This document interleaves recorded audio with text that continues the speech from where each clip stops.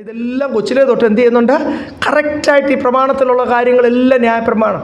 പക്ഷേ കർത്താവ് പറഞ്ഞ കാര്യം പുള്ളിക്ക് ചെയ്യുവാൻ കഴിയാഞ്ഞതുകൊണ്ട് ദുഃഖിതനായ യേശുവിൽ നിന്ന് താനങ്ങ് മാറിപ്പോയി. അതുകൊണ്ട് ഈ ന്യായപ്രമാണത്തിലെ കാര്യങ്ങളെല്ലാം കറക്റ്റായിട്ട് ചെയ്തുകൊണ്ട് ഒരു കാര്യവുമില്ല. അത് നമ്മളെ ചീർപ്പിക്കത്തേ ഉള്ളൂ, ഒരു കപടഭക്തിയുടെ വേഷമുണ്ടാക്കത്തേ ഉള്ളൂ. അതുകൊണ്ട് ഇവിടെ എഴുതിയിരിക്കുക, they want to be teachers of the law.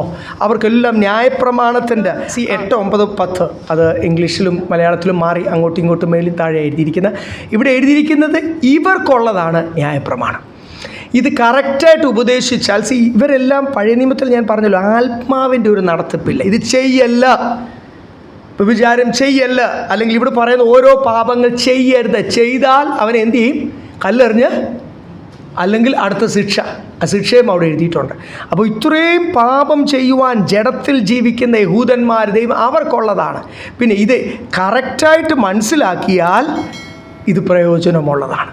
അതാണ് നമ്മൾ 8ാമത്തെ വാക്യത്തിൽ ഇംഗ്ലീഷിൽ അല്ലെങ്കിൽ മലയാളത്തിൽ എൻ്റെ ലാസ്റ്റ് എഴുതിയേക്കുന്നത്. ഇത് ന്യായോചിതമായിട്ടില്ലേ വായിച്ചേ? ഇത് ബുദ്ധിയിൽ ഉപയോഗിച്ച് കഴിഞ്ഞാൽ ഇതൊരു സെറ്റ് ഓഫ് ഡിസിപ്ലിൻ. കഴിഞ്ഞ ആഴ്ച നമ്മൾ ഡീറ്റെയിൽ ആയിട്ട് ചിന്തിച്ചാണല്ലോ. ബുദ്ധിയിൽ ഉപയോഗിച്ച് കഴിഞ്ഞാൽ ഇതൊരു സെറ്റ് ഓഫ് ഡിസിപ്ലിൻ മാത്രം. ഇത് ഒരു രീതിയിൽ നമ്മളെ ക്രിസ്തുവിൻ്റെ മണവാട്ടിയാക്കുവാൻ, അല്ലെ കർത്താവിനോട് ചേരുവാൻ, യേശുവിനോട് കൂടി യേശുവിന് വേണ്ടി ശുശ്രൂഷിക്കുവാൻ നമ്മളെ യോഗ്യരാക്കി തീർക്കത്തില്ല. ഇത് ഇന്ന പാപികളൊക്കെ ദൈവമക്കളുടെ ഇടയ്ക്കുണ്ടോ? ഞാൻ പറഞ്ഞില്ലേ, ആത്മാവിൽ നടത്തപ്പെടുമ്പോഴാണ് നമുക്ക് ഈ ഓരോ ബലഹീനതയെ ജയിക്കുവാൻ കഴിയുന്നത്. അല്ലെങ്കിൽ ഇതിൻ്റെ അകത്തുള്ള ഈ പാപത്തിൻ്റെ വലിയ ലിസ്റ്റൊക്കെ എഴുതിയിരിക്കുന്നത് ജാതികളുടെ ഇടയ്ക്കല്ല, ദൈവമക്കളുടെ ഇടയ്ക്കാണ്. അതുകൊണ്ട് ന്യായപ്രമാണം വെറും ഒരു സെറ്റ് ഓഫ് റൂൾ അല്ല, നിയമങ്ങൾ മാത്രമായിരിക്കുമ്പോൾ ഇത് അപ്പോസ്തലൻ പറയുമ്പോൾ ഇത് നമ്മുടെ ആരാധന പ്രമാണമല്ല. പക്ഷേ ഇതിൽ നിന്ന് ഒത്തിരി കാര്യങ്ങൾ ആത്മാവിൽ ധ്യാനിച്ചാൽ കർത്താവിനെ പറ്റിയും വചനത്തെപ്പറ്റിയും നിത്യതയെപ്പറ്റിയൊക്കെ മനസ്സിലാക്കാനുണ്ട്. ഇത് ന്യായോചിതമായിട്ട് അല്ലെങ്കിൽ ആത്മാവിൽ കറക്റ്റായിട്ട് ദൈവം ആഗ്രഹിക്കുന്നത് പോലെ ന്യായപ്രമാണം കൈകാര്യം ചെയ്താൽ ഇത് നമ്മളെ ക്രിസ്തുവിലേക്ക് അടുപ്പിക്കും. ഇത് നമ്മളെ ലോകത്തിലേക്കല്ല. ഞാൻ പറഞ്ഞില്ല, ഇന്നത്തെ കാലത്ത് എന്തുവാ ന്യായപ്രമാണം എങ്ങനെയാണ് പ്രസംഗിക്കുന്നത്? നമ്മുടെ വിശ്വാസികളുടെ ഇടയ്ക്കുള്ള കൺവെൻഷൻ പ്രാസംഗികരും ദൈവദാസന്മാരും എങ്ങനെയാണ് പ്രസംഗിക്കുന്നത്? എബ്രഹാമിൻ്റെ ആടുമാടുകൾ, ലോത്തിൻ്റെ അല്ല യോസേഫിന് ഏത് സ്ഥാനമാണ് കൊടുത്തതെന്നറിയാം? ഞാൻ നിങ്ങളോട് ഒരിക്കൽ പറഞ്ഞതാണ്, അല്ലെങ്കിൽ കേൾക്കാത്തവർക്ക് വേണ്ടി ഒന്നുകൂടി പറയുക. ഈ പട്ടണത്തിലെ ഒരു വലിയ സഭ ഒരു കാലത്ത് നല്ലപോലെ നിന്ന, വെറും ന്യൂജനൊന്നും അല്ലായിരുന്നു, ന്യൂജനേ അല്ലായിരുന്നു, നല്ലപോലെ നിന്ന ഒരു സഭ വല്ലാതെ ക്ഷീണിച്ചപ്പോൾ അവിടുത്തെ ഒരു ഉപവാസ പ്രാർത്ഥനയ്ക്ക് എന്നെ വിളിച്ചതാണ്. ഞാൻ പോയിട്ട് നിന്ന് പകുതിക്ക് എഴുന്നേറ്റ് പോകാൻ ദൈവാത്മാവിനോട് പറഞ്ഞു. പകുതിക്ക് എഴുന്നേറ്റില്ല, പോയില്ല. വിളിച്ചവരും അറിയാവുന്നവർ ഒത്തിരി പേരുണ്ട്. അവരുടെ ആ ഒരു ഗ്രൂപ്പിനെ ഞാൻ വാഴ്ചതോറും വചനം പഠിപ്പിക്കുന്നുണ്ട് ആ സഭയിലെ തന്നെ. അവരെല്ലാം ഓർത്ത് ഞാൻ പകുതിക്ക് സത്യം പറഞ്ഞാൽ എഴുന്നേറ്റ് പോകേണ്ടതായിരുന്നു, പോയില്ല. അതുകൊണ്ട് ഇതെല്ലാം കേട്ടുപോയി. അവിടുന്ന് ദൈവദാസൻ ശക്തിയോടുകൂടി ആ മെയിൻ ദൈവദാസൻ അവിടെ നിന്ന് പ്രസംഗിക്കുക. യോസേഫ് അപ്പൻ്റെ കൂടെ നിന്നപ്പോൾ എന്ത് കിട്ടി? ഒന്നും കിട്ടിയില്ല. ഒരു പല കളറുള്ള ഒരു വസ്ത്രം മാത്രം കിട്ടി. പക്ഷേ യോസേഫ് ഫറവോൻ്റെ കൂടെ നിന്നപ്പോഴോ അവന് ഏറ്റവും വലിയ ഉന്നത സ്ഥാനം കിട്ടി എന്ന് പറഞ്ഞ് അങ്ങോട്ട് തുടങ്ങി. എന്തു അതിന്ന് പുള്ളി ഉദ്ദേശിച്ചതെന്ന് ഒരു പിടിയില്ല. അപ്പം സ്വർഗീയ അപ്പൻ്റെ കൂടെ നിൽക്കണ്ടേ? ലോകത്തിലെ രാജാവിൻ്റെ കൂടെ നിന്നപ്പോൾ എന്തൊക്കെ കിട്ടി? സ്ഥാനം കിട്ടി, മാനം കിട്ടി, അധികാരം കിട്ടി, ഫറവോൻ കഴിഞ്ഞ് 2ാമത്തെ സ്ഥാനം കിട്ടി എന്ന് പറഞ്ഞ് പിന്നെ അങ്ങോട്ട് പോയി. ഞങ്ങൾ 2 പേരുണ്ട്. കുറച്ച് നേരം അങ്ങോട്ട് കഴിഞ്ഞിട്ട് നിന്നെ ദൈവം മാനിക്കും, അനുഗ്രഹിക്കും. ആ പുള്ളി കൊച്ചിലെ ഒരു സൈക്കിൾ ആഗ്രഹിച്ചു, സൈക്കിൾ ചവിട്ടി സ്വപ്നം കണ്ട് ഇങ്ങനെ ആഗ്രഹിച്ച് പിടിച്ചു വെച്ച് പ്രാർത്ഥിച്ചു. ദൈവം അതിലും വലിയ സൈക്കിൾ കൊടുത്തു. തൊട്ടങ്ങോട്ട് കഥ തുടങ്ങി. നിൻ്റെ അടുത്ത പിന്നെ പോയിൻ്റ് അങ്ങോട്ട് വന്ന് വേറൊരു ലെവലിലേക്ക് അങ്ങോട്ട് പോയിട്ട് നിൻ്റെ കൂട്ടുവിശ്വാസി അസൂയ തോന്നണം. നീ അങ്ങോട്ട് വന്നൊരു ലക്ഷറി കാറിൽ, പുള്ളി ഒരു ഫിൽമി സ്റ്റൈലിലാണ് അതങ്ങ് പറഞ്ഞത്. നീ അങ്ങോട്ട് വന്നു, ബ്രേക്ക് പിടിച്ചു, കതവ് തുറന്നു, ഇറങ്ങുമ്പോൾ നിൻ്റെ കൂട്ടുവിശ്വാസി കണ്ണ് കടിക്കണം എന്നോ എന്തൊക്കെയോ എന്തൊക്കെയോ പറഞ്ഞു. ഇതെവിടാ പ്രസംഗിക്കുന്നത്? വലിയൊരു സഭയിൽ നല്ലപോലെ നിന്നൊരു സഭയിൽ അതങ്ങോട്ട് പ്രസംഗിച്ചപ്പോൾ ഒരു സൈഡിൽ നിന്ന് ഓ ആമേ എന്നൊക്കെ പറഞ്ഞ് ഒരു വലിയൊരു ഓളവും ശബ്ദമൊക്കെ കേട്ട്. പരിശുദ്ധാത്മാവും ആ പറഞ്ഞ ആലോചനയുമായിട്ട് ഒരു ബന്ധവുമില്ല. ഇതാണ് വേറൊരു ഉപദേശം. അപ്പോൾ കൂട്ടുവിശ്വാസികൾ തമ്മിൽ അസൂയയും പല്ലുകടിയും അല്ലെങ്കിൽ ഇതുകൊണ്ട് പിന്നെ ഐക്യത പോയില്ലേ? പരിശുദ്ധാത്മാവ് ആ സഭയെ കാണും. ഞാൻ പറഞ്ഞില്ലേ, ന്യായപ്രമാണത്തിൽ നിന്ന് എടുത്ത് അതൊന്നും പുതിയ നിയമത്തിൽ കിട്ടത്തില്ല. പുതിയ നിയമത്തിൽ അതിനെ സപ്പോർട്ട് ചെയ്യുവാനുള്ള ഒറ്റ വാക്യം കിട്ടത്തില്ല. അത് യേശു പറഞ്ഞു സുവിശേഷങ്ങളിലും കിട്ടത്തില്ല, അപ്പോസ്തലന്മാർ പറഞ്ഞ അപ്പോസ്തോലിക ഉപദേശത്തിലും കിട്ടത്തില്ല. ഇതെവിടെ കിട്ടത്തുള്ളൂ? അപ്പം ന്യായപ്രമാണം ജനത്തെ ഒന്ന് ഇളക്കാൻ, ആളിനെ കൂട്ടാൻ, ആത്മാവ് വിട്ടുപോകുമ്പോൾ ദൈവദാസന്മാർ ഇങ്ങനെ ഒരു രീതിയിൽ അതിനെ അങ്ങ് ഉപയോഗിച്ച് കഴിഞ്ഞാൽ ആൾ കൂടും. പക്ഷേ ഇവിടെ എഴുതിയിരിക്കുന്നത് അത് വലിയ തെറ്റാണ്. അതുകൊണ്ട് പരിശുദ്ധാത്മാവിൽ ന്യായപ്രമാണം ഉപയോഗിക്കുമ്പോൾ അതിൻ്റെ പ്രയോജനം ചെയ്യും. അല്ലെങ്കിൽ മത്തായി സുവിശേഷത്തിൽ പറഞ്ഞിട്ടില്ലേ, നമ്മൾ കഴിഞ്ഞ ആഴ്ച വായിച്ചാണല്ലോ. നീ എന്ത് ചെയ്യുന്നു അവിടെ എഴുതിയിരിക്കുന്നത്? കഴിഞ്ഞ ആഴ്ച വരാത്തവർക്ക് വേണ്ടി ഒന്നുകൂടി വായിക്കും. മാത്യു 23:24, മത്തായി 23:24.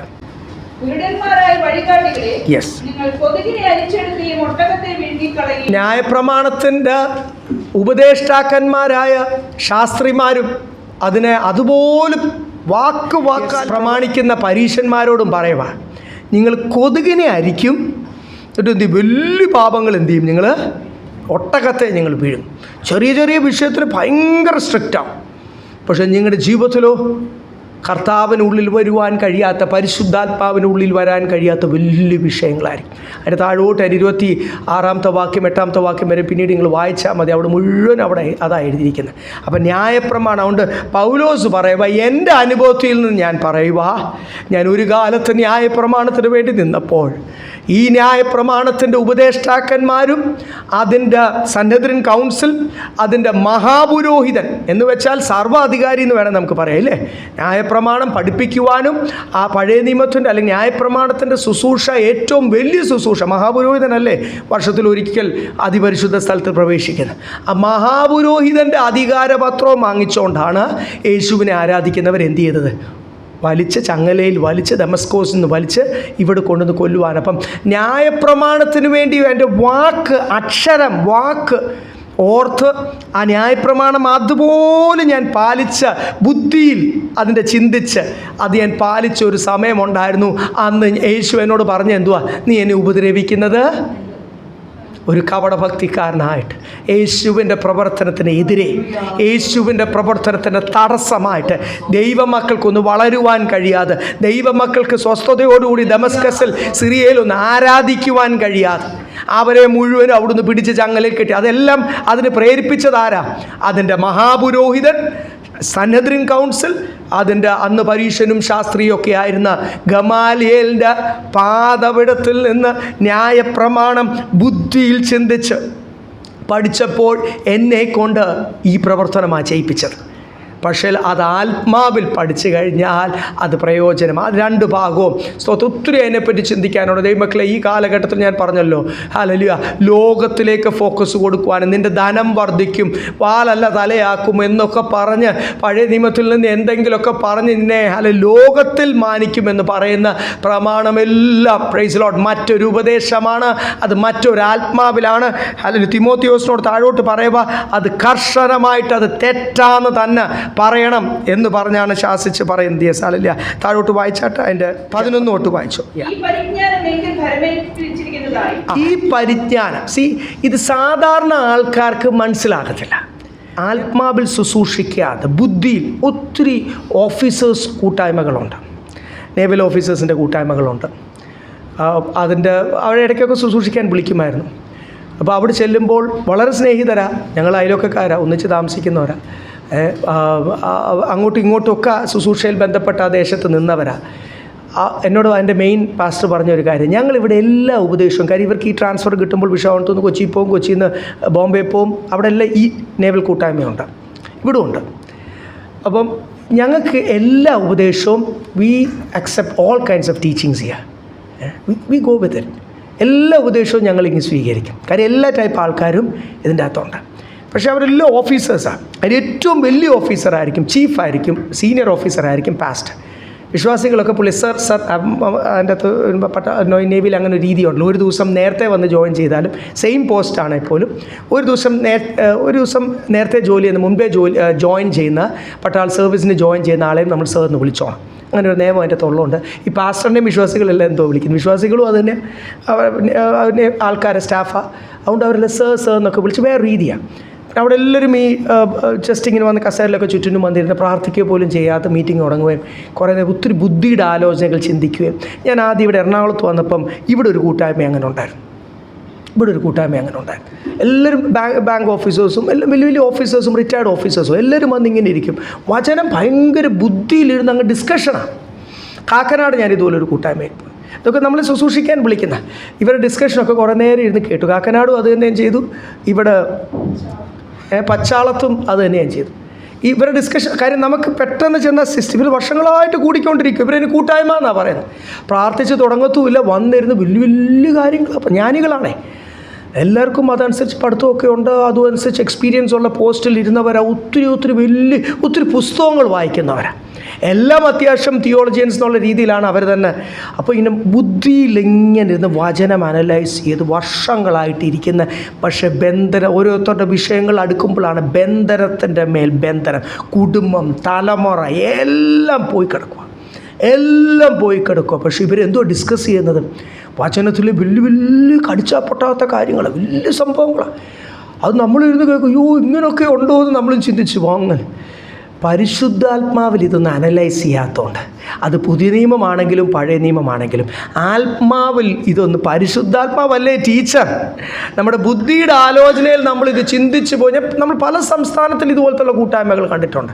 ദൈവമക്കളെ എങ്ങും ചെന്നെത്തത്തില്ല, കാഹളം ഊതുമ്പോൾ എടുക്കപ്പെടത്തില്ല. കാരണം ദൈവം ആഗ്രഹിക്കുന്ന ഒരു ശുദ്ധീകരണമോ പരിശുദ്ധാത്മാവ് അവരുടെ ഉള്ളിൽ പ്രവർത്തിക്കുവാൻ അവർ വിട്ടുകൊടുക്കുന്നില്ല. നമ്മളൊരിക്കലും അങ്ങനെ ആയിത്തീരല്ലേ. നമ്മൾ ആത്മാവിലൊക്കെ ആരാധിക്കുന്ന എന്തിനാ? നമ്മുടെ ജഡമൊക്കെ ഒന്ന് ഒതുങ്ങുവാൻ. ഈ ജഡമൊക്കെ ഒന്ന് ഒതുങ്ങിക്കഴിഞ്ഞാൽ നമുക്കൊന്ന് വചനം കേട്ട് കഴിഞ്ഞാൽ പൗലോസ് പറഞ്ഞ ആത്മാവിൽ ബന്ധിതനായി. പണ്ടായിരുന്നേ പൗലോസ് അങ്ങനെ പറയുമായിരുന്നു. പണ്ടായിരുന്നെങ്കിൽ പൗലോസ് അങ്ങനെ, ഞാൻ സന്നദ്ധരൻ സംഘത്തിൻ്റെ അംഗമാണ്, ഞാൻ അല്ലേ തന്നെ ഒരു VIP-യാണ്, ഞാൻ ആരാ നിങ്ങൾക്ക് അറിയാമോ എന്ന് ചോദിക്കുന്ന പൗലോസ്, സ്വയം പറയാൻ ഒത്തിരി ഉണ്ടായിരുന്ന പൗലോസ് ഇപ്പം പറയുന്നത് I am bound by the spirit. എനിക്കിഷ്ടമല്ലാത്ത സ്ഥലത്തും കർത്താവ് എന്നോട് പോകാൻ പറഞ്ഞപ്പോൾ അവിടെ എനിക്ക് വേണ്ടി കാത്തിരിക്കുന്ന അടിയും നിന്നയാന്നൊക്കെ എനിക്കറിയാം. പക്ഷെങ്കിൽ ആത്മാവിൽ ബന്ധിതനായി ദൈവത്തിൻ്റെ തീരുമാനം നടത്തിപ്പിക്കുവാൻ, to work out the plan of God. സ്തോത്രം. എൻ്റെ തീരുമാനമില്ല. ആരുടെ തീരുമാനം? എൻ്റെ ജീവിതത്തിൽ. യേശു കർത്താവ് അതല്ലേ ശിഷ്യന്മാരോട് ഒത്തിരി പറഞ്ഞു കർത്താവിനോട്, കഴിയുമെങ്കിൽ ഈ പാനപാത്രം എന്നിൽ നിന്ന്. ലാസ്റ്റ് ശിഷ്യന്മാരെടുത്ത് എനിക്ക് ബലത്തിനായിട്ട് പ്രാർത്ഥിക്കാൻ പറഞ്ഞു. അവർ സൂപ്പറായിട്ട് അത് കൂർക്കം വലിച്ച് ഉറങ്ങിക്കൊടുത്തു. വിഷമത്തോടുകൂടി ഒരാൾ പോലും, ഈ 3.5 വർഷം എൻ്റെ കൂടെ നടന്നതല്ലേ, ശിഷ്യന്മാരെന്നല്ലേ നിങ്ങൾ പറയുന്നത്, അല്ലെങ്കിൽ ഒരാൾ പോലും ഇല്ല. അവിടെ എല്ലാം എന്തുമായിരുന്നു? ആത്മാവിലുള്ള ക്ഷീണമായിരുന്നു അല്ലേ. എന്നിട്ട് കർത്താവ് പറഞ്ഞൊരു കാര്യമുണ്ട്, പിതാവിൻ്റെ ഇഷ്ടം നിവർത്തിക്കുവാൻ നമുക്ക് പോകാം. അവിടെ എല്ലാം എന്തോ to work out the plan of God. നമ്മൾ പ്രാർത്ഥിക്കേണ്ടത് എന്തോ അങ്ങനെ നമുക്കൊരു പ്രേരിപ്പിക്കണമെങ്കിൽ തന്നെ ഇവിടെ എഴുതിയിരിക്കുന്നത് എന്തുവാ? പരിശുദ്ധാത്മാവ് നമ്മുടെ ഉള്ളിൽ പ്രവർത്തിക്കണം എന്നാണ് ഇവിടെ എഴുതിയിരിക്കുന്നത്.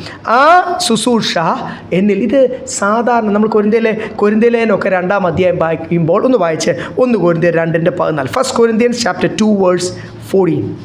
എന്നാൽ പ്രാകൃത മനുഷ്യൻ ദൈവാത്മാവിന്റെ ഉപദേശം കൈക്കൊള്ളുന്നില്ല, അതവന് ദോഷത്വമാകും. ആത്മീകമായി വിവേചിക്കേണ്ടതാകിയാൽ അതവന് ഗ്രഹിപ്പാൻ കഴിയുന്നതുമല്ല.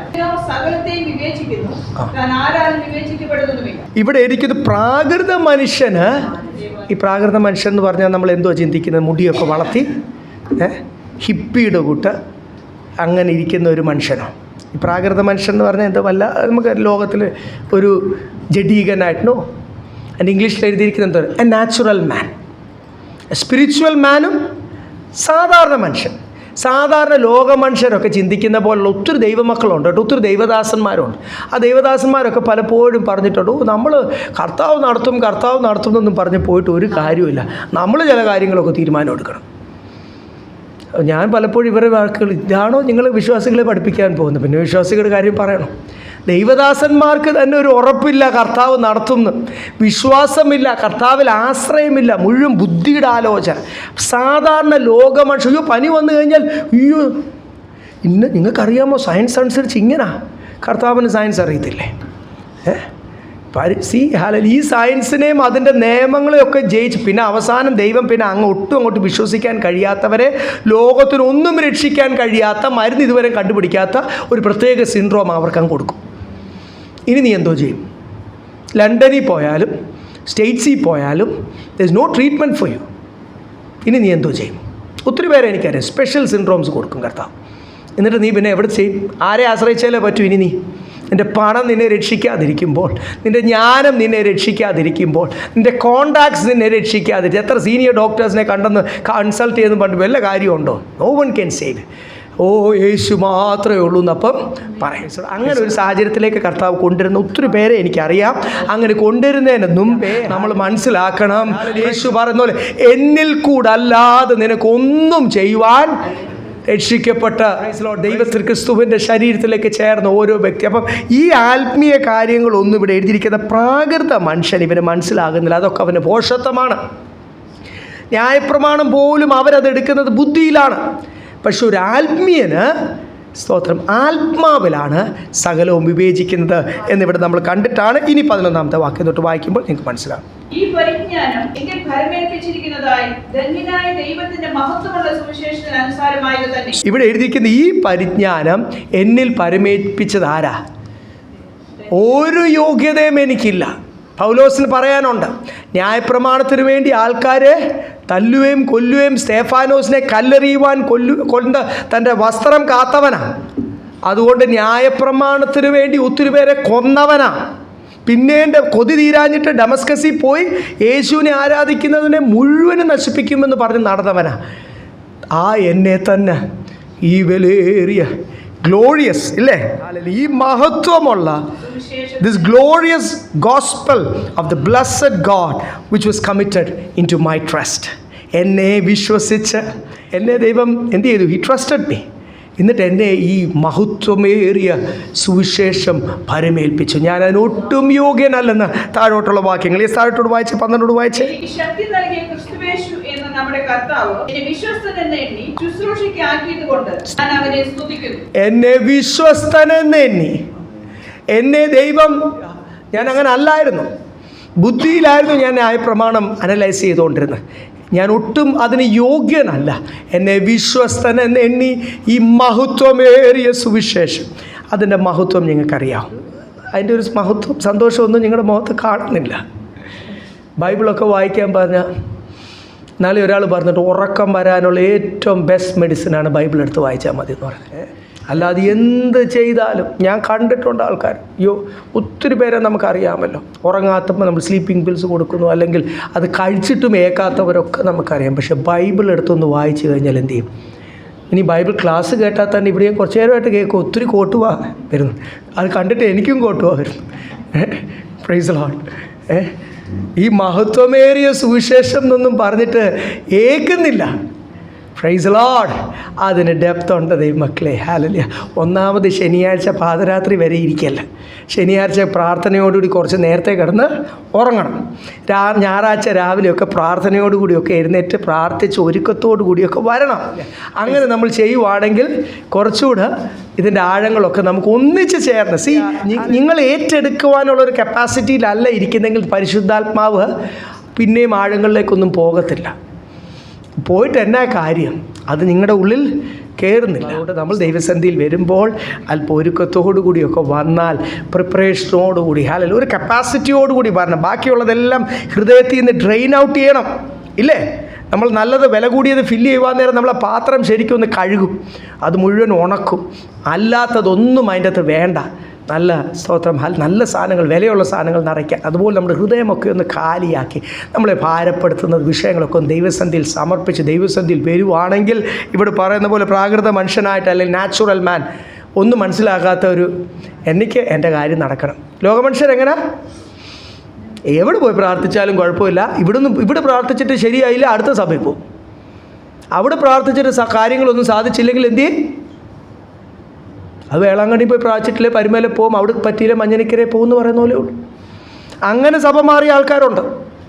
അവിടെ ആ സഭയിൽ പോയിട്ട് എന്ത് ചെയ്ത് ആ സഭയിലുള്ളിടത്തോളം കാലം ഭൗമികമായിട്ടൊന്നും ഒരാൾ എന്നോട് പറഞ്ഞു, പിന്നെ ഈ സഭയിൽ പോയപ്പോഴാണ് ഇപ്പം എൻ്റെ പേഴ്സ് നിറഞ്ഞായിരിക്കുന്നത്. ഈ ലോകത്തിൻ്റെ പ്രഭുവാണ് ഇതൊക്കെ കൊടുക്കുന്നതെന്ന് അറിയത്തില്ലേ? അപ്പം ഞാൻ പറഞ്ഞില്ല, പ്രമാണം കറക്റ്റായിട്ട് മനസ്സിലാകുവാൻ കർത്താവ് സഹായിക്കട്ടെ. ആത്മീയ അതുകൊണ്ട് ഇത് ഞാൻ ഒട്ടും യോഗ്യനല്ല. 11:12 I thank my Lord, I thank Christ Jesus എന്ന് എഴുതിയിരിക്കുന്നത്. 12-ാമത്തെ വാക്യത്തിൽ പറയും, ഓ കർത്താവിനെ ഞാൻ ഹല്ലേലൂയ, ഓ നന്ദി കരയേറ്റുന്നു, കാരണം ഒട്ടും യോഗ്യനല്ലാത്ത എന്നെ ഈ മഹത്വമേറിയ വലിയവനായ ദൈവത്തിൻ്റെ മഹത്വമേറിയ വചനം, സുവിശേഷം, ഓരോ മർമ്മങ്ങൾ നമ്മളെ ഭരമേൽപ്പിക്കുന്നത് അതിൻ്റെ വിലയറിഞ്ഞ് അത് കൈകാര്യം ചെയ്യുവാൻ, അത് നമ്മുടെ ജീവിതത്തിൽ ആദ്യം സ്വീകരിച്ചിട്ട് കൈകാര്യം ചെയ്യുവാനായിട്ടാണ്. താഴോട്ട് വായിച്ച എൻ്റെ 13-ാമത്തെ വാക്യം. മുമ്പേ ഞാൻ ദൂഷകനും ഉപദ്രവിയും നിഷ്ഠൂരനുമായിരുന്നു, എങ്കിലും അവിശ്വാസത്താൽ അറിയാതെ ചെയ്തതാകൊണ്ട് എനിക്ക് കരുണ ലഭിച്ചു. എനിക്ക് കരുണ ലഭിച്ചു. പിന്നെ എന്നെ മാറ്റിയത് എന്തുവാ? ദൈവത്തിൻ്റെ കൃപ. വായിച്ചേ. നമ്മുടെ കർത്താവിന്റെ കൃപ ക്രിസ്തുയേശുവിലുള്ള വിശ്വാസത്തോടും സ്നേഹത്തോടും കൂടെ അത്യന്തം വർദ്ധിച്ചുമിരിക്കുന്നു. താനൊന്നും ജാതിയനൊന്നും അല്ല. ഈ ബൈബിളിലുള്ള പഴയ നിയമം പ്രമാണിക്കുന്നവനാ, അത് പഠിപ്പിക്കുന്നവനാ, അത് പഠിച്ചവനാ, ഏറ്റവും ബെസ്റ്റ് ടീച്ചറിൻ്റെ കയ്യിൽ നിന്ന്. അപ്പം ന്യായപ്രമാണത്തിലല്ല, പഴയ നിയമത്തിൽ ഇനി അതിൻ്റെ മേൽ പഠിക്കാൻ ഒന്നുമില്ല. കാരണം ആ കാലഘട്ടത്തിലെ ഏറ്റവും ബെസ്റ്റ് ടീച്ചർ, തിയോളജി എന്ന് നമുക്ക് വേണമെങ്കിൽ പറയാം, ഗമാലിയേലിൻ്റെ പാദപീഠത്തിൽ നിന്ന് പഠിച്ചതാണ് പൗലോസ്. അപ്പോൾ ആ പഠിത്തം കൊണ്ടൊന്നും ഒരു കാര്യവുമില്ല. ബുദ്ധിയിൽ ന്യായപ്രമാണം, അല്ലെങ്കിൽ പാരമ്പര്യത്തിൽ ന്യായപ്രമാണം, യഹൂദൻ്റെ ആണല്ലോ പ്രമാണം, യഹൂദൻ്റെ പാരമ്പര്യത്തിൽ നിന്നുകൊണ്ടൊന്നും ന്യായപ്രമാണം മനസ്സിലാക്കിയിട്ട് ഒരു കാര്യവുമില്ല. ആ സമയത്തെല്ലാം ഞാൻ നിഷ്ഠൂരനായിരുന്നു, ഒരു കരുണയില്ലാത്തവനായിരുന്നു. പക്ഷേ ഇപ്പോഴോ ദൈവത്തിൻ്റെ കൃപ ധാരാളമായിട്ട് എൻ്റെ മേൽ, 14-ാമത്തെ വാക്യത്തിൽ പറയാം, ദൈവത്തിൻ്റെ കൃപ ധാരാളമായിട്ട് എൻ്റെ മേൽ പകർന്ന്, ആ കൃപയാണ്, it is that abundance of grace which has change me, ഇല്ലേ? Praise the Lord. ആ കൃപയാണ് എൻ്റെ ജീവിതത്തിൽ മാറ്റം വരുത്തിയത്. എത്ര സന്തോഷത്തോടുകൂടിയാണ് താൻ പറയുന്നത്, ഇല്ലേ? സ്തോത്രം. താഴോട്ട് വായിച്ചാട്ടെ, അതിൽ 16 വായിച്ചോ. ആ പാപികളിൽ ഞാൻ ഒന്നാമൻ, എന്നിട്ടും യേശുക്രിസ്തു നിത്യജീവനായിരിക്കൊണ്ട് തന്നിൽ വിശ്വസിപ്പാനുള്ളവർക്ക് ദൃഷ്ടാന്തത്തിനായി സകല ദീർഘക്ഷമയും ഒന്നാമനായ എന്നിൽ കാണിക്കേണ്ടതിന് എനിക്ക് കരുണ ലഭിച്ചു. ഇവിടെ എഴുതിയിരിക്കുന്നു, as a pattern for those who are going to believe on him. എന്നെ ഒരു യേശുവിൽ വിശ്വസിക്കാൻ പോകുന്നവർക്ക് ഒരു ദൃഷ്ടാന്തമായിട്ട് കർത്താവ് എന്നെ നിർത്തിയിരിക്കുക, അല്ലേ? Price the Lord. ന്യായപ്രമാണം പ്രമാണിച്ചാൽ ഇങ്ങനെ, യേശുവിൽ കൂടെ നീതീകരണം പ്രാപിക്കുമ്പോൾ, പരിശുദ്ധാത്മാവിനാൽ നിറയുമ്പോൾ ഇങ്ങനെ.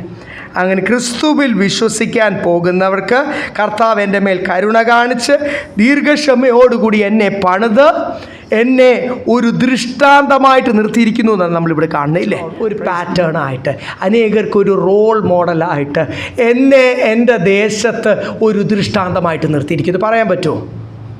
പാസ്റ്ററേ, എൻ്റെ ദേശത്തോട്ട് വരല്ലേ, എൻ്റെ അയൽവക്കക്കാരോട് ഒട്ടും ചോദിക്കല്ലേ, വേറെ ആരോട് ചോദിച്ചാലും, എൻ്റെ കൂടെ ജോലി ചെയ്യുന്നവരോട്, എൻ്റെ കൂടെ പഠിക്കുന്നവരോട്, എൻ്റെ അയൽവക്കക്കാരോട്, എൻ്റെ കുടുംബക്കാരോട് ചോദിക്കല്ലേ.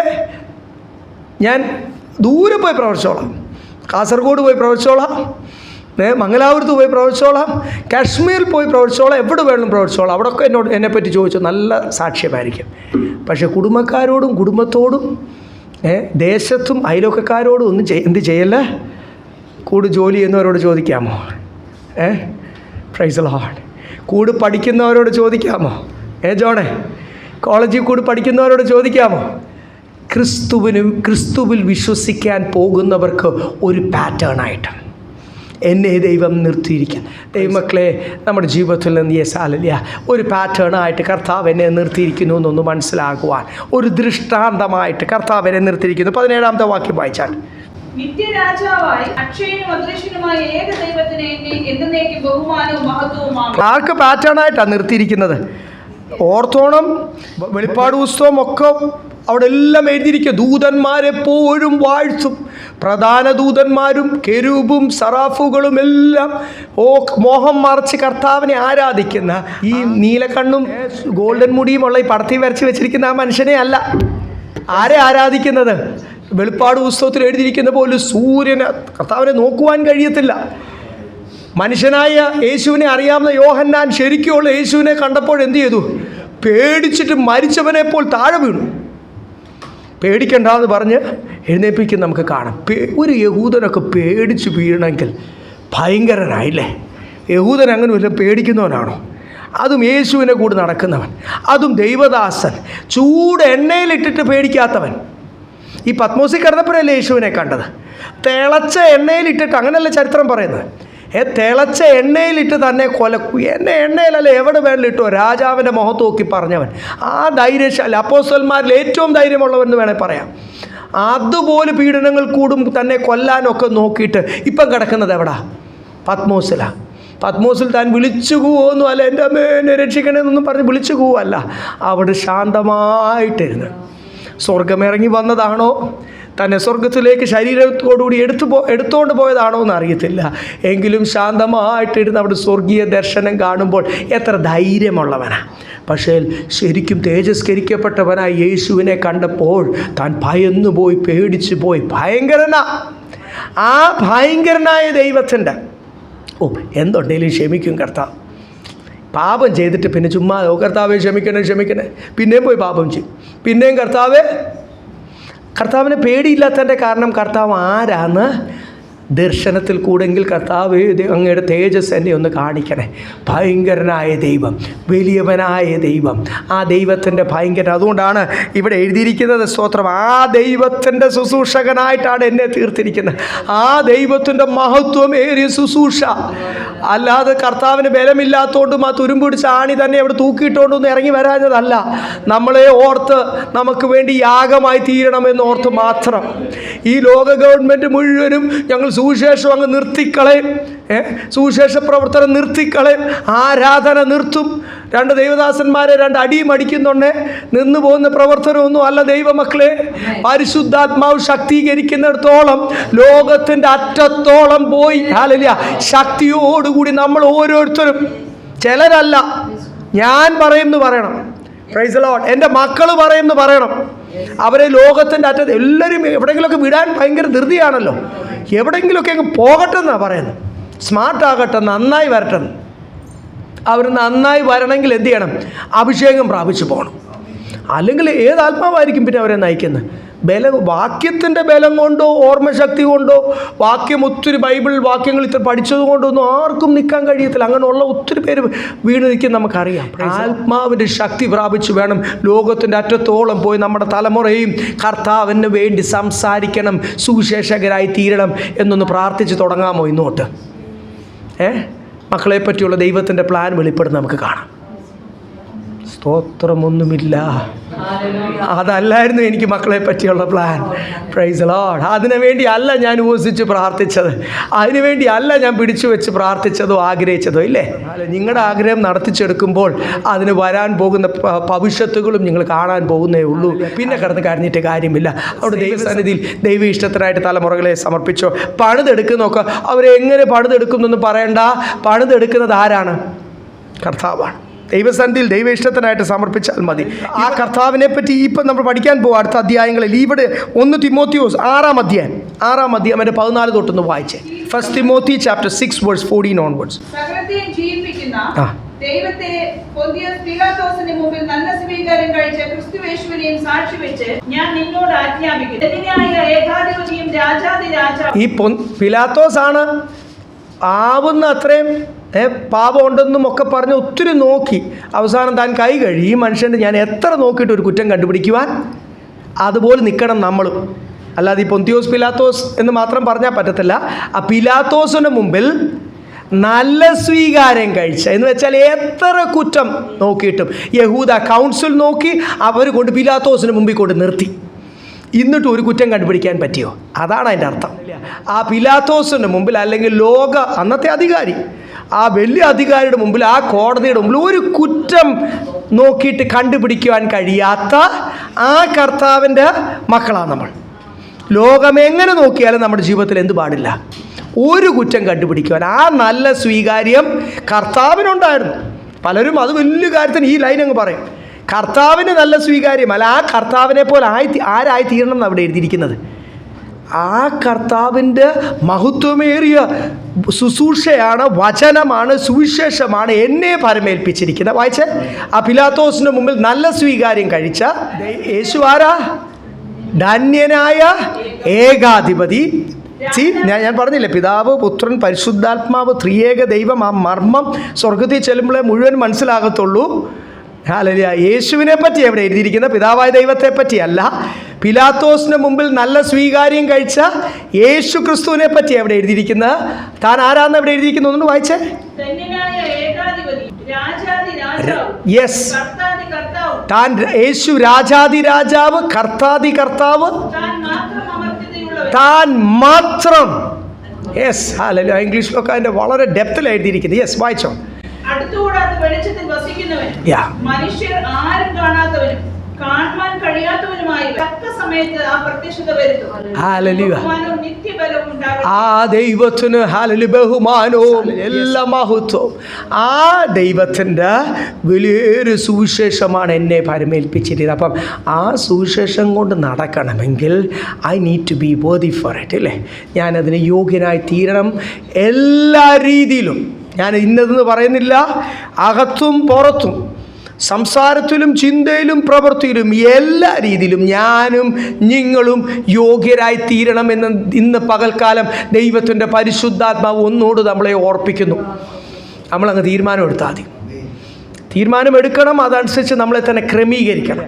ആ ദൈവത്തിൻ്റെ വചനമാണ് ഗ്ലോറിയസ് വേർഡ് എന്ന് അവിടെ എഴുതിയിരിക്കുന്നത്. വായിച്ചു, താഴോട്ട് വായിച്ചു. മകനെ തിമോത്തിയോസേ, നിന്നെക്കുറിച്ച് മുമ്പുണ്ടായ പ്രവചനങ്ങൾക്ക് ഒത്തവണ്ണം ഞാൻ ഈ ആജ്ഞ നിനക്ക് ഏൽപ്പിക്കുന്നു. നീ വിശ്വാസവും നല്ല മനസാക്ഷിയുമുള്ളവനായി അവയെ അനുസരിച്ച് നല്ല യുദ്ധസേവ ചെയ്യുക. നല്ല യുദ്ധസേവ ചെയ്യുക. നിന്റെ ഡ്യൂട്ടി എന്തുവാ? താഴോട്ട് വരുമ്പോൾ നമുക്ക് വായിക്കാം. ഇതുപോലുള്ള മേളിത്തൊട്ടുള്ള ഈ അധ്യായത്തിൽ എഴുതിയിട്ടുണ്ട്, ഇതുപോലുള്ള ദുരുപദേശവും കർത്താവിന് വില കൊടുക്കാതെ ലോകത്തിൻ്റെ കാര്യത്തിന് കൂടുതൽ കൊടുക്കുന്ന ഈ ഉപദേശങ്ങളും ഈ പ്രാക്ടീസസും എല്ലാം നീ എന്ത് ചെയ്യണം? സഭകളിൽ നിന്ന് തുടച്ച് നീക്കണം.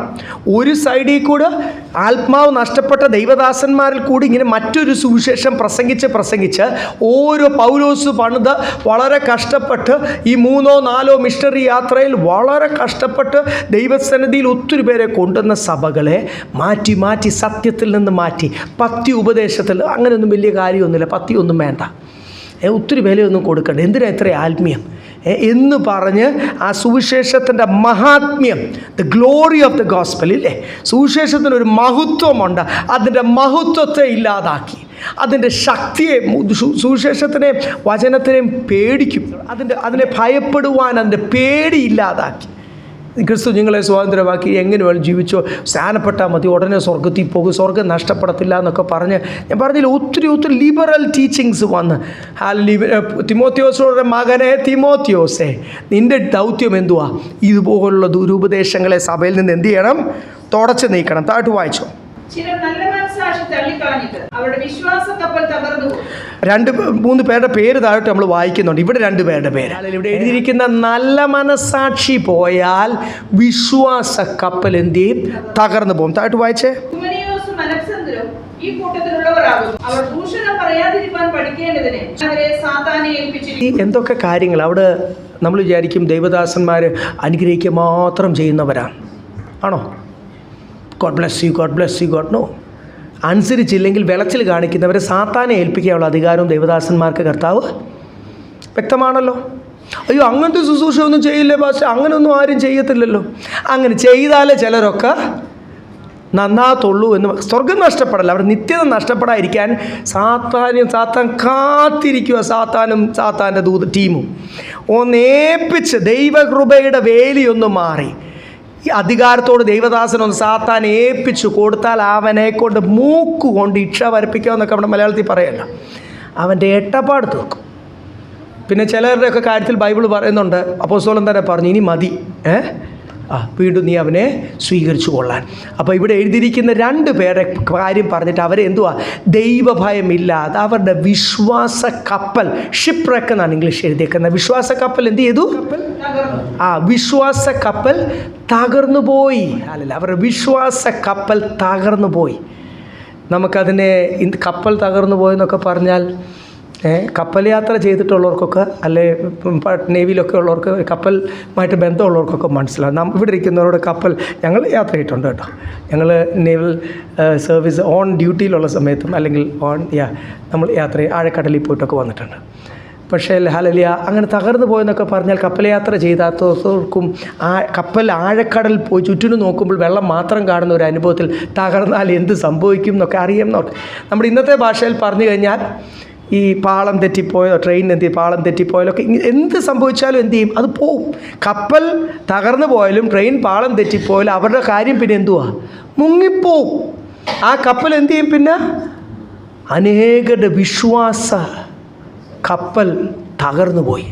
കാരണം എന്നാ, ശക്തമായിട്ട് ദൈവത്തിന് വേണ്ടി നിന്ന ദൈവദാസന്മാരാണ്. അപ്പോസ്തലപ്രവൃത്തി ഇവരെ പറ്റി എഴുതിയിട്ടുണ്ട്. ഒരു കാലത്ത് ശക്തമായിട്ട് നിന്ന, വില കൊടുത്ത് നിന്നതാണ്. ഇതിലൊരാൾ ആൾക്കാരെല്ലാം കൂടിയപ്പോൾ ഹോൾ ഇസ്രായേലിനോടും ഇളകി വന്ന, അപ്പോസ്തലനെ കൊല്ലാനൊക്കെ ഇളകി വന്ന യഹൂദന്മാരോട് ആംഗ്യം കാണിച്ചിട്ട് പിന്നെ കർത്താവിനെ പറ്റി പറയാൻ തുടങ്ങിയ ആളാണ്. അങ്ങനെ ധൈര്യം കാണിച്ച ആളാണ്. പക്ഷേ ഇപ്പോഴെന്തോ ചെയ്തെന്ന് അവിടെ എഴുതിയിരിക്കുന്നത്, അവർ ആത്മാവ് നഷ്ടപ്പെട്ട് വിശ്വാസ കപ്പൽ തകർന്നു. ദൈവമക്കളെ ഹല്ലേലൂയ. ചില വാക്യങ്ങൾ നമുക്ക് പെട്ടെന്നൊന്ന് വായിക്കാം. യെസ്, 2 തെസ്സലോനിക്ക 2-ാം അധ്യായം അതിൻ്റെ 15-ാമത്തെ വാക്യം വായിച്ചു. 2 Thessalonians chapter 2 verse 15. ആകയാൽ സഹോദരന്മാരെ, നിങ്ങൾ ഉറച്ചു നിന്ന് ഞങ്ങൾ വാക്കിനാലോ ലേഖനത്താലോ ഉപദേശിക്കുന്ന പ്രമാണങ്ങളെ മുറുകെ പിടിച്ചുകൊള്ളും. ഈ വിശ്വാസ കപ്പൽ തകർന്നു പോകുന്നതിൻ്റെ കാരണം എന്നാ, നമുക്ക് ദൈവം നമ്മളോട് സംസാരിച്ചുകൊണ്ട് ഞങ്ങൾ വാക്കിനാലോ ക്രിയയാലോ പറഞ്ഞിരിക്കുന്ന അപ്പോസ്തോലിക ഉപദേശങ്ങൾ ഓരോന്നും എന്ത് ചെയ്യാനാ, മുറുകെ പിടിച്ചുകൊള്ളും. Hold fast the word of God. അല്ലെങ്കിൽ എന്ത് സംഭവിക്കും, വിശ്വാസ കപ്പൽ നമ്മൾ ഇനി പഠിക്കാൻ പോകുന്ന 2 തിമോത്തിയോസിലും തീത്തോസിലും എല്ലാം ഇത് എഴുതിയിരിക്കും. തീത്തോസിൽ പെട്ടെന്നൊരു വാക്യം, 1-ാം അധ്യായം 9-ാമത്തെ വാക്യം. നിർമ്മലനും ജിതേന്ദ്രിയനും പത്യോപദേശത്തെ പ്രബോധിപ്പാനും ജ്യോതികൾക്ക് ബോധം വരുത്തുവാനും ശക്തനാകേണ്ടതിന് ഉപദേശപ്രകാരമുള്ള വിശ്വാസവചനം മുറുകെ പിടിക്കുന്നവരുമായിരിക്കണം. ഒത്തിരി ആഴങ്ങളുണ്ട്, അതിലേക്ക് ഞാൻ പോകുന്നില്ല. ആ പഥ്യ ഉപദേശം ജിതേന്ദ്രൻ സ്തോത്രം ഹല്ലേലൂയ. എന്നിട്ട് അവിടെ എഴുതിയേക്കുന്ന ആ പഥ്യ വചനത്തിൽ നിന്ന് വീണു പോകാതെ എന്ത് ചെയ്യണം, ഇത് ജസ്റ്റ് ഒരു വചനമല്ല, ഇത് വളരെ വില കൊടുത്ത് ക്രമീകരണം പ്രാപിച്ച് വേണം, ജീവിതത്തിൽ ഉള്ളത് വേണം. പ്രബോധനം പറഞ്ഞു കഴിഞ്ഞാൽ എവിടുന്നെങ്കിലും ഒരു പ്രബോധനം എടുത്ത് പറയാനൊക്കെ എളുപ്പമായിരിക്കും. അത് ഞാൻ പറഞ്ഞല്ലോ, എഐയോട് ചോദിച്ചാൽ ഇപ്പോൾ എല്ലാവരും ഫോണിൽ തന്നെ GPT ഉണ്ടല്ലോ, ആപ്പുണ്ടല്ലോ. ജെമിനി അല്ലാതെ തന്നെ ഉണ്ടല്ലോ. ഐഫോണാണ് ഹേയ് സിറി എന്ന് ചോദിച്ചങ്ങ് ചോദിച്ചോ, തൊട്ട് എന്ത് ചോദിച്ചാൽ ഇതൊക്കെ പറയും. ഒത്തിരി വചനങ്ങളും റെഫറൻസൊക്കെ പറഞ്ഞു തരും. കുറേ റെഫറൻസ് പേപ്പറിലിട്ട് വായിക്കാൻ പറ്റുന്നേ ഉള്ളൂ. അല്ലാതെ ഇതിൻ്റെ ആഴങ്ങളിലേക്ക് കടക്കുവാൻ, ഇത് നമ്മുടെ ജീവിതത്തിൽ വരുവാൻ, ദൈവമക്കളെ ഓരോ കാര്യങ്ങളും ദൈവത്തിൻ്റെ പരിശുദ്ധാത്മാവ് എന്നോടും നിങ്ങളോടും സംസാരിക്കുന്ന അനുസരിച്ച് ക്രമീകരണം പ്രാപിച്ച് മുൻപോട്ട് പോകുമ്പോഴാണ് എന്ത് സംഭവിക്കുന്നത്, വേർപാട് പാലിക്കേണ്ടടുത്ത് വേർപാട് പാലിക്കുവാൻ, മാറ്റം വരേണ്ടടുത്ത് മാറ്റം വരുവാൻ. അങ്ങനെ ഹല്ലേലൂയ. നിങ്ങൾ പ്രൈസ്. അതുകൊണ്ടാണ് വെളിപ്പാട് പുസ്തകമൊക്കെ 2-ാം അധ്യായത്തിൽ വെക്കുമ്പോൾ ആരും നിൻ്റെ കിരീടം എടുത്തുകൊണ്ട് പോകല്ല. നിന്റെ കിരീടം 3-ാം അധ്യായത്തിൽ നിന്റെ കിരീടം നഷ്ടപ്പെട്ടു പോകാതിരിപ്പാൻ ആ വചനം എന്ത് ചെയ്യണം, കേട്ട വചനം എല്ലായിടത്തും ഈ മുറുകെ പിടിച്ചോളാൻ എഴുതിയിരിക്കുന്നത്. എന്തിനാ പിടിച്ചോളാൻ പറഞ്ഞാൽ പോരെ, മുറുകെ പിടിച്ചില്ലെങ്കിൽ it will slip through your hands. അത് തെന്നിപ്പോവും.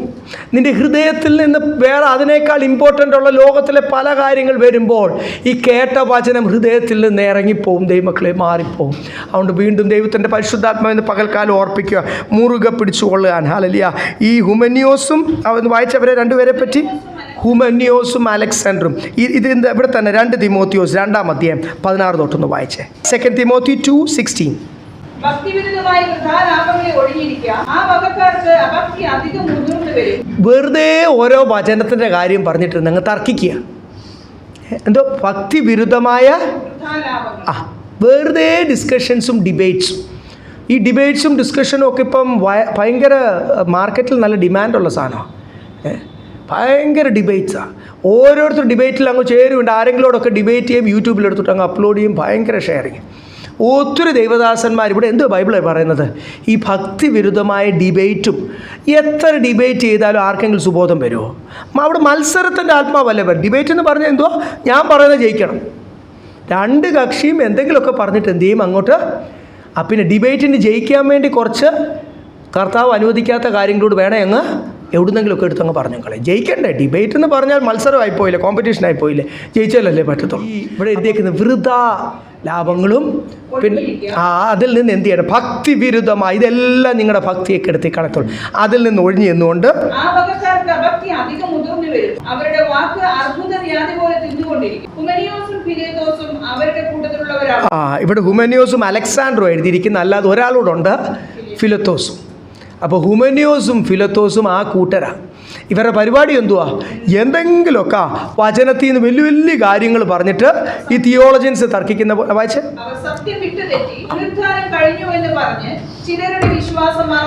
ഇവരിങ്ങനെ അല്ലായിരുന്നു ദൈവമക്കളെ. നല്ല ആരംഭം ഉള്ളായിരുന്നവരാ, നല്ല ശക്തിയോടുകൂടി നിന്നവരാ. ഈ അലക്സാണ്ടറൊക്കെ നല്ല ശക്തിയോടുകൂടി നിന്നവരാ. ഇപ്പോൾ ഇവരുടെ പരിപാടി എന്തുവാ? ഇങ്ങനെയുള്ള ഡിബേറ്റ്സും അങ്ങനെയുള്ള കാര്യങ്ങൾ. നിങ്ങൾ ഡിബേറ്റ്സ് കേൾക്കാൻ പോലും പോയല്ലോ. ആവശ്യമില്ലാത്ത ഈ മുസ്ലിംസിനോടുള്ള ഡിബേറ്റ്സൊക്കെ ഇപ്പോൾ ഒത്തിരി ദേവദാസന്മാരെടുത്ത് ഷെയർ ചെയ്യുന്നുണ്ട്. ഒരൊറ്റ ആ ദേവദാസിനെ ഒന്ന് പേഴ്സണലി വിളിച്ചോ, നീ ഒരൊറ്റ മുസ്ലിമിനെ ഇതുവരെ വിശ്വാസത്തിൽ കൊണ്ടുവന്നു. മുസ്ലിമിനെ കൊണ്ടുവരണമെങ്കിൽ എന്ത് ചെയ്യണം? അവനെ സ്നേഹിക്കണം, അവൻ്റെ പ്രമാണം അറിയണം, അവനെ സ്നേഹിക്കണം. അവൻ്റെ അടുത്ത് സ്നേഹമില്ലല്ലോ. ക്രിസ്തുവിൻ്റെ സ്നേഹം എന്തുവാന്ന് അവനെ അങ്ങോട്ട് കാണിച്ച് അവൻ്റെ പ്രമാണമേ ശരീഅത്ത് നിയമവും ആ മുഹമ്മദിയൻ നിയമവും ഇസ്മായിലിൻ്റെ സ്വഭാവമേ ഇങ്ങോട്ട് കാണിക്കത്തുള്ളൂ. ഇങ്ങോട്ട് കാണിക്കുമ്പോൾ അയ്യോ മുസ്ലിമിനോട് അടുക്കല്ലേ, അവർ മുഴുവൻ മന്ത്രവാദമാണെന്ന് പറഞ്ഞ് പേടിച്ചിരിക്കാതെ നീ അങ്ങോട്ട് എന്ത് ചെയ്യണം? ക്രിസ്തുവിൻ്റെ സ്നേഹം കാണിച്ചു കൊടുക്കണം, അവനെ സ്നേഹിക്കണം. സ്വന്തം സഹോദരനെ പോലും എന്ത് ചെയ്യണം? മുസ്ലിമിനെ. എന്നാലും നിൻ്റെ ജീവിതത്തിൽ നീ ഒരു മുസ്ലിമിനെ ദൈവസന്നിധി കൊണ്ടുവരാൻ പറ്റത്തുള്ളൂ. സ്നേഹം എന്തുവാ? നിന്നിൽ കൂടെ അല്ലേ അവൻ അറിയേണ്ടത്. Price the Lord. അത് ഹിന്ദുവിനെയും കത്തോലിക്കരെയും യാക്കോബക്കാരെയും എല്ലാവരും കർത്താവിനെ വേണ്ട പോലെ അറിയാത്തവർ. ഞാനൊരു ചില മതങ്ങളും കൂട്ടരും മാത്രമല്ല, അതിന് സിഖുകാരനാണെങ്കിലും ജെയിനാണെങ്കിലും നീ എത്തിസ്റ്റ് ആണെങ്കിലും നിരീശ്വരവാദി ആണെങ്കിലും യേശു സ്നേഹിച്ച പോലെ നീ എന്ത് ചെയ്യണം? അവനെ അങ്ങ് സ്നേഹിക്കണം എന്ന് പറയുന്നതിൻ്റെ അകത്ത് എല്ലാം ഉണ്ട്. ഉൾക്കൊള്ളണം, സഹായിക്കണം, കരുതണം. അതൊക്കെ പരിശുദ്ധാത്മാവ് പറയും ഏതൊക്കെ ലിമിറ്റ് വെച്ച് ചെയ്യണം. പരിശുദ്ധാത്മാവ് പറയുന്നതനുസരിച്ച് ഹല്ലേലൂയ അവനെ കണ്ടിട്ടുണ്ടെങ്കിൽ യെസ് ഹല്ലേലൂയ ദൈവാത്മാ പ്രേരിപ്പിക്കുന്ന അനുസരിച്ച് സ്നേഹിക്കണം. ഇവിടെയൊക്കെ നമ്മൾ കണ്ടു വെറുതെ ഡിബേറ്റും വാദവും മറ്റ് കാര്യങ്ങളൊക്കെ പറഞ്ഞിരുന്ന് തർക്കിച്ച് ഈ തർക്കിക്കുന്ന എന്തിനാണെന്നറിയാം? ഞാൻ വലിയ ആത്മീയനാ, എനിക്ക് ഒത്തിരി വചനം അറിയാം, ബൈബിൾ വേർഡ്സ് മുഴുവൻ എനിക്ക് കാണാപ്പാടുക. ഡിബേറ്റിലെ പ്രത്യേകിച്ചുള്ള കുഴപ്പം എന്തുവാ? പ്രതീക്ഷിക്കാതിരിക്കുമ്പോൾ ക്വസ്റ്റ്യൻസ് ഷൂട്ടപ്പ് ഇല്ലേ? ടോ എന്ന് പറഞ്ഞ് ചോദ്യങ്ങൾ വരും. നമ്മൾ പ്രതീക്ഷിക്കാത്ത ചോദ്യം വരുമ്പോഴും പറഞ്ഞു നിൽക്കാൻ കഴിവുള്ളവൻ ആ ഡിബേറ്റിൽ. അപ്പോൾ ഞാൻ വലിയ എന്തോ സംഭവമാണെന്ന് കാണിക്കാൻ വേണ്ടി ഡിബേറ്റ് ചെയ്ത് ആൾക്കാരെ പറ്റി എവിടെ എഴുതിയിരിക്കുന്ന അവസാനം അവരുടെ ദൈവകൃപയെ നഷ്ടപ്പെട്ട് അവർ വേറൊരു ഉപദേശം പറഞ്ഞു പോയി, അല്ലെങ്കിൽ പരിശുദ്ധാത്മാ വിട്ടുപോയി. ഈ അലക്സാണ്ടറിനെ പറ്റി ഒന്ന് വായിച്ചേ, അതോട് വായിച്ചിട്ട് നിർത്താം. അപ്പോസ്തല പ്രവൃത്തി 19:33 ഒന്ന് വായിച്ചേ. ആക്ട്സ് 19:33.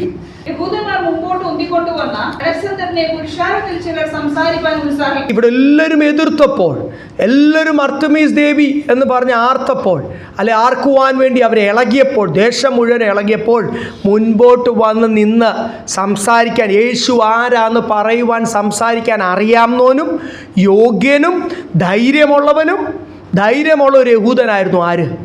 അലക്സാണ്ടർ. താൻ മുൻപോട്ട് വന്ന ഒരു കാലത്ത് ധൈര്യമായിട്ട് മുൻപോട്ട് വന്ന ഒരു വ്യക്തിയാണ്. ഇച്ചിരി കഴിഞ്ഞ് അലക്സാണ്ടറിനെ പറ്റി ഈ 2 തിമോത്തിയോസിൽ തന്നെ വായിച്ച് നമ്മളിപ്പം അതിൻ്റെ അടുത്ത അധ്യായം 4-ാമത്തെ അധ്യായം 14-15 വായിച്ചു. അലക്സാണ്ടർ വളരെ ദോഷം ചെയ്തു. അവന്റെ പ്രവൃത്തികൾക്ക് തക്കവണ്ണം കർത്താവ് അവനെ പകരം ചെയ്തു. അവൻ നമ്മുടെ പ്രസംഗത്തോട് അത്യന്തം എതിർത്ത് നിന്നതുകൊണ്ട് നീയും അവനെ സൂക്ഷിച്ചുകൊള്ളും. ഒരു കാലത്ത് യേശുവിന് വേണ്ടി നന്നായിട്ട് നിന്നവൻ, ധൈര്യമായിട്ട് നിന്നവൻ, ഇച്ചിരി കഴിഞ്ഞിട്ട് പരിശുദ്ധാത്മാ പറയാം അവനെ ഒത്തിരി വേദനിപ്പിച്ചു, ഒത്തിരി കർത്താവിൻ്റെ വേലയ്ക്ക് ദോഷം ചെയ്ത് അവനെ സൂക്ഷിച്ചു കൊള്ളുക, മാറ്റി നിർത്താൻ. പരിശുദ്ധാത്മാ പൂർണ്ണമായിട്ട് വിട്ടുപോയി, ദുരാത്മാവിനാൽ കൺട്രോൾഡായിട്ട്. അലക്സാണ്ടർ, ഹുമന്യോസ്, ഫിലത്തോസ്, എന്തുവാ പറ്റിയത്? ദേമാസ്, ഒത്തിരി പേരുടെ പേരുകൾ നമുക്ക് കാണാം. ഇവരെല്ലാം കർത്താവിന് വേണ്ടി ഇല്ലേ? ഇവരെ പറ്റി ഇവിടെ 19-20 നമ്മൾ പഠിച്ചുകൊണ്ടിരിക്കുന്ന അധ്യായം 1 തിമോത്തിയോസ് 19-20 ഇവിടെ എഴുതിയേക്കുന്ന വിശ്വാസത്തെ സംബന്ധിച്ച് എന്തുണ്ടായി? അവരുടെ കപ്പൽ, വിശ്വാസ കപ്പൽ, ആ നല്ല മനസാക്ഷി, ദൈവമക്കളെ നല്ല മനസാക്ഷി തള്ളിക്കളയും. ഇവർക്ക് സംഭവിച്ചത് ഈ പരിശുദ്ധാത്മാവ് ഇടപെടുന്നുണ്ടേ. നമ്മൾ ഈ കല്ലായിട്ട് നിന്നുകൊണ്ട് എനിക്കിപ്പം ചില കാര്യങ്ങളോടൊക്കെ ലോകത്തിൽ എൻ്റെ പ്ലാനുകൾ വർക്കൗട്ട് ചെയ്യണമുണ്ട്, പരിശുദ്ധാത്മാവിൻ്റെ ആലോചന തൽക്കാലം അങ്ങ് മാറ്റിവെച്ചു. കർത്താവിന് എന്നെപ്പറ്റി ഇതാ പദ്ധതി എന്നൊക്കെ എനിക്കറിയാം. കർത്താവ് വ്യക്തമായിട്ടല്ല സംസാരിക്കും. എന്നിട്ടും എൻ്റെ പ്ലാൻ വർക്കൗട്ട് ചെയ്യുവാൻ വേണ്ടി നമ്മൾ മാറ്റി വെക്കുമ്പോൾ പരിശുദ്ധാത്മാവ് ഇടപെടുന്നത് ഞാൻ അത്ര ആയിട്ടില്ല, ഇച്ചിരൂടെ ആകട്ടെ, ഓരോ കാര്യങ്ങൾ പറഞ്ഞ് നമുക്ക് പ്രയോജനമുള്ളതും ലാഭമുള്ള തീരുമാനത്തിലേക്ക് നമ്മൾ കടക്കുമ്പോൾ, ലോകം മാനിക്കുന്ന തീരുമാനത്തിലേക്ക് കടക്കുമ്പോൾ എൻ്റെ നല്ല മനസാക്ഷി പോയി. പരിശുദ്ധാത്മാവ് എന്നോട് ഇടപെടത്തില്ല. ഈ ദൈവദാസന്മാർ ഇവർ സാധാ വിശ്വാസികളല്ല. അലക്സാണ്ടർ, ഹുമന്യോസ്, ഫിലത്തോസ്, ദേമാസ് ഇവരാരും വിശ്വാസികളല്ല, ദൈവദാസന്മാർ, ദൈവത്തിനു വേണ്ടി ശക്തമായി നിന്നവർ, അപ്പോസ്തലന്മാരോട് യാത്ര ചെയ്ത് ശുശ്രൂഷവർ. ഇവരുടെയൊക്കെ നല്ല മനസാക്ഷി പോയി. ഇപ്പം ഇവിടെ എഴുതിയിരിക്കുന്ന ഇവർ പഠിപ്പിക്കുന്നത് ഭയങ്കര ഡിമാൻഡാണ് ഇവർക്ക്. നിങ്ങൾ വിചാരിക്കല്ലേ അവർക്ക് വേണ്ടി ആരെങ്കിലും പൗലോസിൻ്റെ ഉപദേശം കേൾക്കുന്നതിനേക്കാൾ കൂടുതൽ ഉപദേശം ഈ ഹുമന്യോസിൻ്റെ കേൾക്കാൻ ആൾക്കാരുണ്ട്.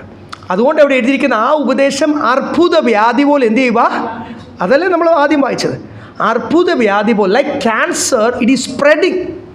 ആ ടീച്ചിങ്, ഹുമന്യോസ് പഠിപ്പിക്കുന്ന ടീച്ചിങ് അർബുദ വ്യാധി പോലെ അങ്ങ് പടരുക, സ്പ്രെഡിങ് ഈസിലി. നൂറുകണക്കിന് ആൾക്കാർ അത് സ്വീകരിക്കുക. ശരിക്കുള്ള വചനം സ്വീകരിക്കാനോ ആരുമില്ല. അതല്ലേ കർത്താവും ശുശ്രൂഷപ്പോൾ. അവിടെ നമുക്കിന്ന് ഇന്നത്തെ പോക്കും അതുപോലൊക്കെ തന്നെയാണ്. ദേമാസായി തീരല്ലേ, ലോകത്തെ സ്നേഹിച്ച് പോകല്ലേ. ഹുമന്യോസും ഫിലത്തോസും ഒക്കെ ചെയ്ത പോലെ ഓരോ കാര്യങ്ങൾ പറഞ്ഞ് തർക്കവും വാദവും ഡിബേറ്റും. ദൈവമക്കളെ, ഓരോ കാര്യങ്ങൾ നമ്മളെ കർത്താവ് മനസ്സിലാക്കിക്കൊണ്ടിരിക്കും. അത് ക്ഷമയോടുകൂടി സഹോദരങ്ങളെ മനസ്സിലാക്കുവാൻ നമുക്ക്, അല്ലാതെ ഈ ചിലരെ കൊച്ചാക്കിക്കൊണ്ട് നമ്മുടെ ശുശ്രൂഷ അങ്ങോട്ട് തുടങ്ങുമ്പോൾ ആരെയും ഈ കളിയാക്കിക്കൊണ്ടൊന്നും ആരെങ്കിലും നന്നായിട്ടുണ്ടോ? ഞാൻ ഇത്രയും നാളും പഠിപ്പിച്ചുകൊണ്ടിരുന്നവർ, നേരത്തെ ഇവിടെയൊക്കെ പഠിപ്പിക്കുന്നവരുണ്ട്, ഞാനൊരു സാറായിരുന്നു. എൻ്റെ സ്റ്റുഡൻസിനെ ആരെങ്കിലും കളിയാക്കിക്കൊണ്ട് അവർ നന്നായിട്ടുണ്ടോ? അവരൊന്നുകൂടി ഡൗൺ ആയി പോകത്തേ ഉള്ളൂ, അല്ലേ? അതല്ലേ എൻ്റെ സത്യം.